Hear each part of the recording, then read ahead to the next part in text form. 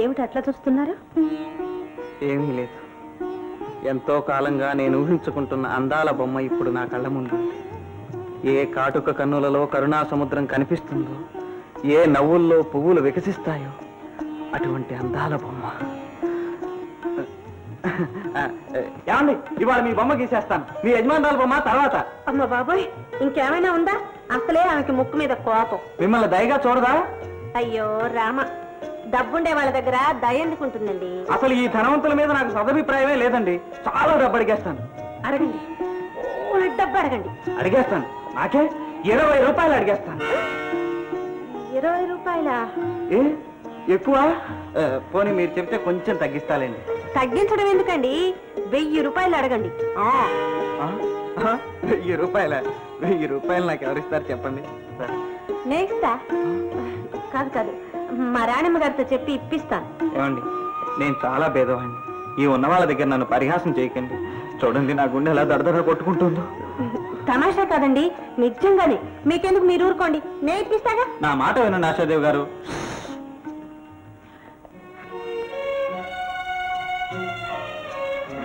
రాణమ్మ గారు, ఈయనేనండి నేను చెప్పిన బొమ్మలు గీసి ఆయన. నమస్కారం అండి. అతి కష్టం మీద 1000 రూపాయలు ఒప్పించానండి మీ బొమ్మ గీయడానికి. కాదు, 20 రూపాయలు. ఆగండి, ఆయన ఇంత ముందు రాసిన బొమ్మల కంట 20,000 పుచ్చుకుంటున్నారంట.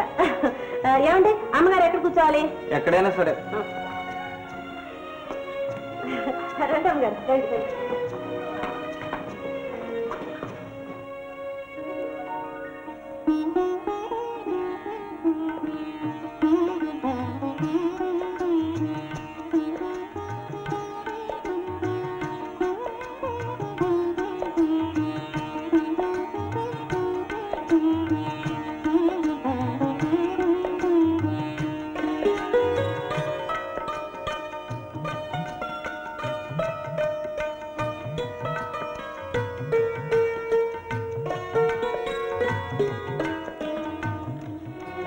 ఏమండి, నన్ను అలా వెక్కిరిస్తారెందుకు?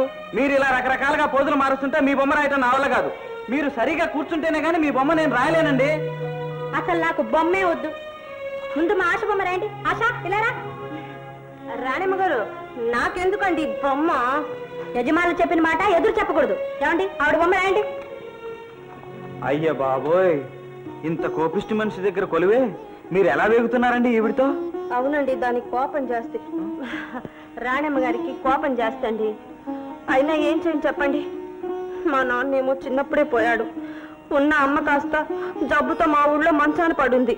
అందుకని నెలంతా ఈ అమ్మగారి తిట్లు చివాట్లు తింటూ పెట్టి చాకిరి చేసి ఆ వచ్చిన జీతం మా అమ్మకు పంపుతానండి. అయ్యో బాబా, ఉండండి ఉండండి. రాణి గారు, ఏం లేదండి. మీరు నన్ను వెక్కిరించినా సరే, మొహం ఎన్ని వంకర్లు తిప్పినా సరే, మీ బొమ్మ నేను రాస్తాను. దయచేసి రండి. నాకు బొమ్మ అక్కర్లేదని చెప్పానుగా. ఆశ బొమ్మ రాయండి. ఇదిగో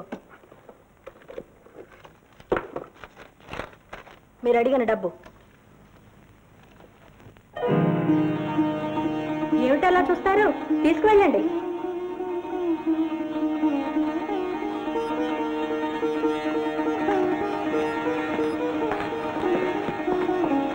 ఏమిటి అలా చూస్తున్నారు? అది 1000 రూపాయల నోటు. అవును, 1000 రూపాయల నోటు. నా జీవితంలో ఇదే మొట్టమొదటిసారి చూస్తున్నాను. మీరు కూడా చూడండి, ఒకసారి ముట్టుకోండి. జోబులో పెట్టుకోండి. చూడండి, నా బొమ్మ రాయక్కర్లేదులేండి. తప్పకుండా రాస్తాను. కానీ వాళ్ళ పొద్దుపోయింది. రేపు మొదలు పెడతాను.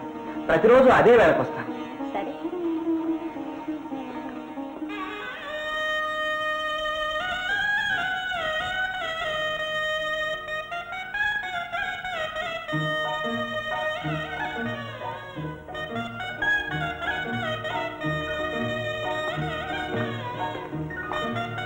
ఈ నోటు మీరు తీసుకోండి.